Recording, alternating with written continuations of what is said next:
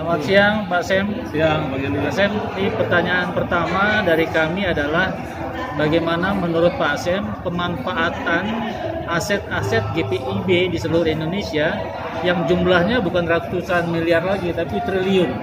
Bagaimana dimanfaatkan untuk pelayanan gereja yang lebih besar?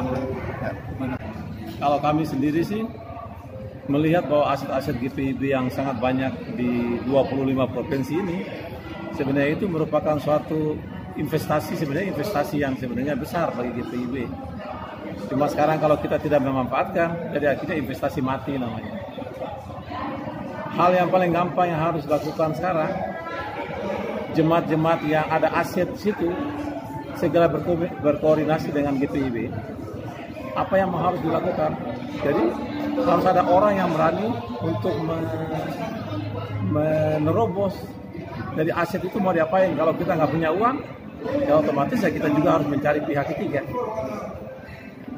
Jadi profit sharing yang harus kita lakukan sekarang sudah nggak ada. Kita sudah nggak akan berbicara yang lain lagi karena kita nggak punya uang untuk membangun, kita nggak punya uang untuk mendevelop itu.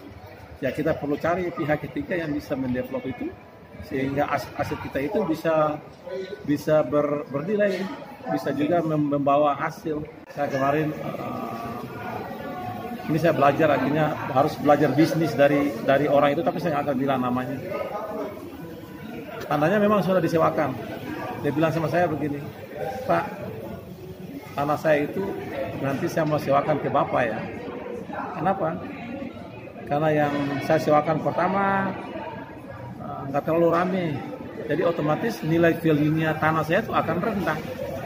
Tapi kalau saya sewakan ke Bapak dengan restoran yang Bapak punya yang Mexicola Group itu nilainya cukup tinggi dan nilai value-nya ke depan pada saat saya perpanjang secara otomatis nilai tanah itu akan di atas.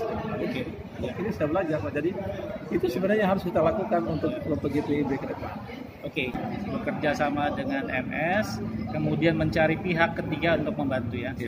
Nah, sekarang pertanyaan yang terakhir dari GPIB Maranatha sendiri di Denpasar, apa yang akan dilakukan dengan aset yang dimiliki? Kami ada mempunyai satu aset di Padang Sambian namanya, yang sudah hampir sekitar 18-19 tahun diam. Setelah MS menugaskan kami dengan tim, kami sudah mulai melakukan proses-proses pendekatan dengan masyarakat, dan tempat itu akan kami rubah menjadi serbaguna. Dan serbaguna yang kami harapkan itu bisa dimanfaatkan untuk tempat sewa untuk orang wedding dan juga bisa juga untuk yang lain. Dan ke depan pun kalau itu bisa berjalan, kami pun akan coba kerjasama dengan perusahaan-perusahaan catering. Jadi mereka nggak boleh ambil catering dari luar. Dari tempat itu dia harus punya catering sendiri.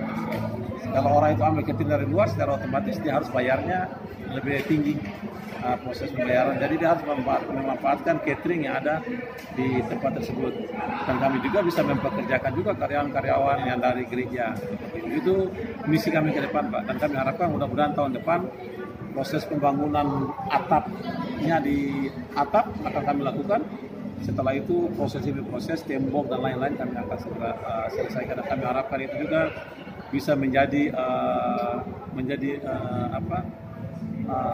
income nomor satu, bahwa itu kesejahteraan pendeta yang ditempatkan di jemaat tersebut, dan juga uangnya itu bukan hanya diterima oleh GPIB Maranatha Denpasar, tapi juga dia harus berbagi juga dengan Majelis Sinode, karena semua aset itu kan adalah milik Majelis Sinode. Oke, terima kasih Pak Sem. Jadi yang pertama Padang Sambian akan dibuat ruang serbaguna akan disewakan, pernikahan, ulang tahun, retreat dan sebagainya. Juga akan bikin lembaga catering untuk mempekerjakan sehingga dananya bisa menjadi income untuk mereka. Oke, terima kasih banyak Pak Sem. Terima kasih.